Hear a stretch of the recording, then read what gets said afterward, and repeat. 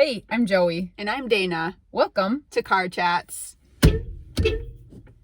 In today's episode, Dana and I are going to talk about a topic that we care a lot about, music.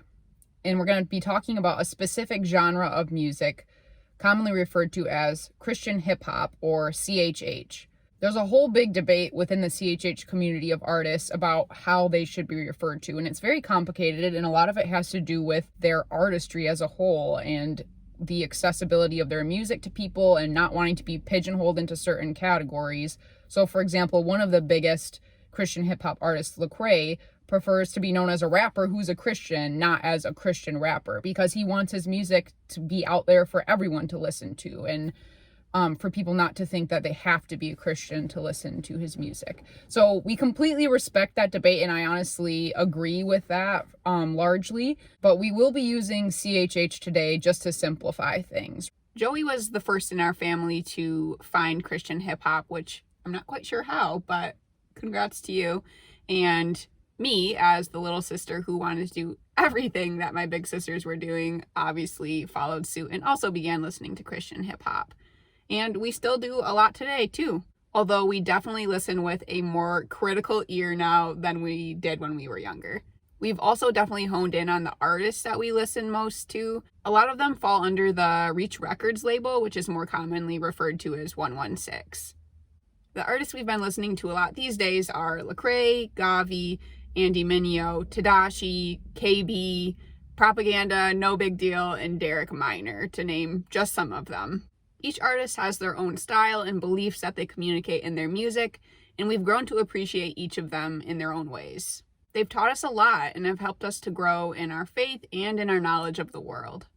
We do want to address the fact that a lot of CHH artists of color have had their music essentially co-opted by white Christians who want those artists to only say things that fit into their worldview and their specific Christian beliefs, which we think is disgraceful and just a terrible phenomenon that continues to keep happening, is definitely a byproduct of white supremacy. Very problematic. We have always believed that it is especially critical for white people and white Christians to listen to these artists of color in order to better understand where they're coming from, their stories, and their perspectives on faith. That's what makes our lived experiences so rich, is when we can understand the diversity of perspectives of those around us. There are a couple of artists, Lecrae, KB, and Propaganda, who we're especially grateful to because they have really used their platform to examine issues of racial and social justice through a Christian lens and also through their own personal experience. And all three of those artists have been instrumental for us on our journeys in terms of learning more about race, as well as how to incorporate the lens of racial justice into our Christian faith. As much as we admire, respect, and appreciate so many CHH artists, we've also seen the ways that they have perpetuated unhelpful narratives about the LGBTQ community. And that's why we wanted to make this video today, to unpack that a little bit. There are a few songs that talk explicitly about the LGBTQ community in the context of faith, and they do a very good job of demonstrating why a lack of nuance in this conversation and around this topic is so damaging. We're going to read a few verses from 3 songs that we remember quite vividly from our teenage years and explain why they're problematic. We're going to start off with one of the kings of Christian hip-hop. He is the founder and owner of Reach Records, Lecrae. We consider him to this day to be a master MC and greatly respect him as an artist and creative. In 2012, Lecrae released a mixtape called Church Clothes, and in a song in that mixtape by the same name, he had this verse addressing hypocrisy within the Christian church. I have to say, this is going to sound really dumb because I'm reading these lines that are specifically designed to be said in a super rhythmic and perfect way to make it work in a rap hip hop song, and it does not work when I'm just reading it, but bear with me for the content. Some of these folks won't tell the truth, too busy trying to get them racks, man. Church trying to rob my paycheck, choir members probably having gay sex, pastor manipulating, hurting women. I wonder what he's going to say next. Oof. Part of me understands and knows that Lecrae really has come a long way from this song, and I wonder if he would go back and take out that line about gay sex. But the reality is that it exists and it's out in the world and it's very hurtful. He lists gay sex in with a bunch of other clear sins like greedy churches and pastors abusing people, and that is really damaging. It strikes us as really unhelpful to just have one line of pretty harsh condemnation about a topic that's super complex and already has a lot of hurt surrounding it from people who are in the LGBTQ community. Also, the line is honestly just pretty cringy in that it just makes gay sex sound like the most vile and evil and lustful thing, which to us just feels like a really unfair categorization in terms of it's not addressing at all the relationships out there that are mutual and loving of same-sex couples. Later on in that same song, he's talking about hope for the real church, and there are these lines. It better not be no real folk who don't think that they better than you, straight or gay, drunk or high, they walk through the cold weather with you. Here, he seems to be implying that gay people can be a part of the good, healthy, thriving church, and that this church supports and loves all people. But this more inclusive language really is wiped out by that first line in the earlier verse, which is just so harsh and condemning that it's hard to understand how these two lines can even exist in the same song. It feels to us like Lecrae is wanting to address a topic that was, starting to gain more traction in our society in 2012, and people were starting to talk more about it, which is a good thing. But he tries to address it in such a limited way that it just doesn't allow for any helpful insights into the LGBTQ community and what that conversation could look like for Christians. Next up, we have KB and his 2012 song Open Letter, Battlefield, in which he tells the stories of two fans who have written him about their struggles related to sexuality. The lyrics that I'm going to read are about the story of a woman who wrote to KB about her struggles with sexuality. So I'm going to read the relevant lyrics of this song, and please forgive me in advance. But lately I've had this struggle with secrets of my past in the past 5 years of singleness. I know it, I'm lustin', I'm sinning, but my lust here is different. Since I've been so alone, I kinda long for the touch of a woman. And I know it's wrong, but dudes never ever show me attention. I go unnoticed, it was a joke, but girls show me interest. Dudes at my church say that I'm the type of chick that they want, they lie. But when I see the girl they date, I know they really don't. I get jealous quick, I hate the mirror, I don't feel pretty. I've even contemplated surgery to feel skinny. I know it's real silly, the world tells me just embrace it. You were born this way. That's a lie, this is lust. I tried talking to the people at church, but they just look at me funny, only adding to the hurt. Now I'm torn because the other day I stumbled over porn. I'm supposed to be a leader, man. How can I move on? I know this is a lie. That's why I'm coming to you praying. I'm praying that you can pray for your sister to make it through. I'm crying as I write because I want to be right. Many girls have fallen and I don't want to fall too. First of all, how much do we want to unpack this? Because there's a lot happening here. If this truly is someone's story, I do not want to be disrespectful of that and negate anything that they've said or downplay its importance. KB is using this story in the context of a song about fighting sin, though, so I do have a problem with that.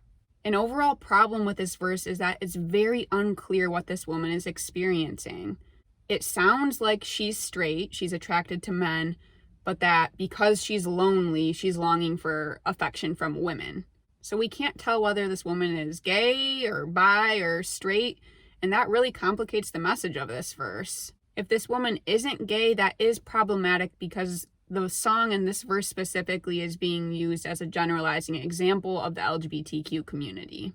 KB's point with this story is that same-sex desires are lust and acting on them is sinful. The line, I know it's real silly, the world tells me just embrace it, you were born this way, that's a lie, it's just lust, seems to indicate that KB's view of same-sex attraction is that it's just a form of sexual temptation that can be resisted and overcome. It's very clear to us that this is very much oversimplifying the conversation. The concept of sexual orientation is completely absent here, and it needs to be there.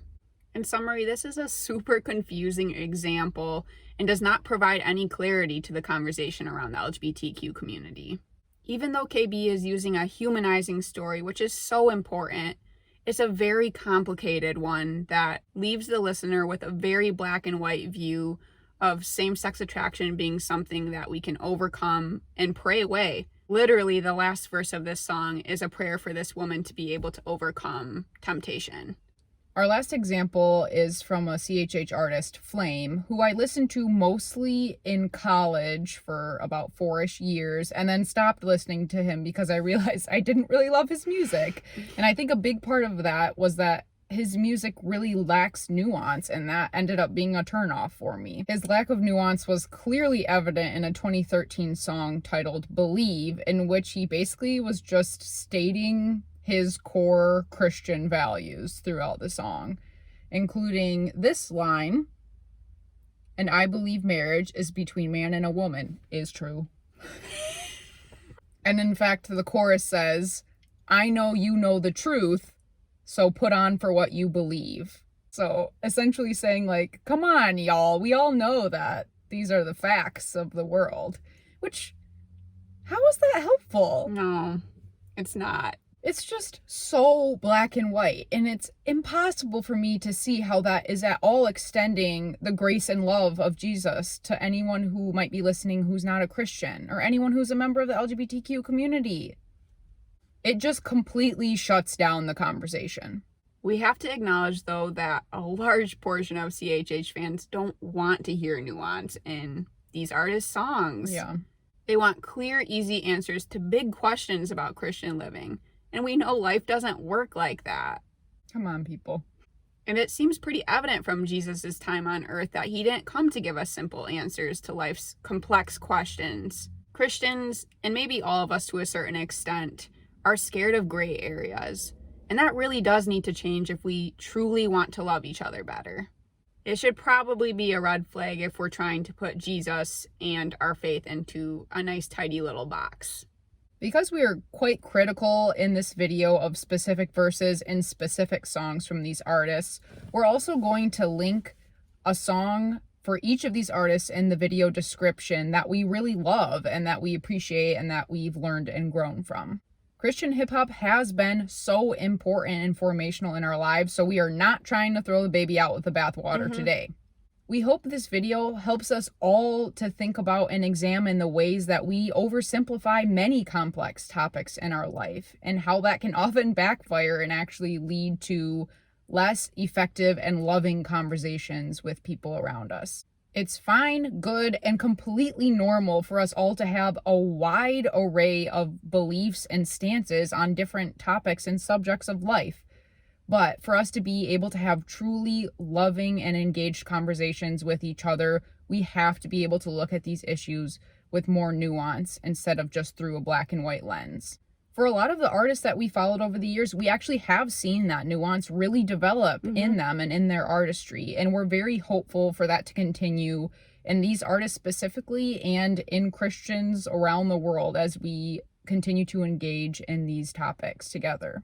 And as a gentle reminder to all artists and all people, homophobia is always damaging to your Christian witness. Right. The end. And on that musical note, we out of here.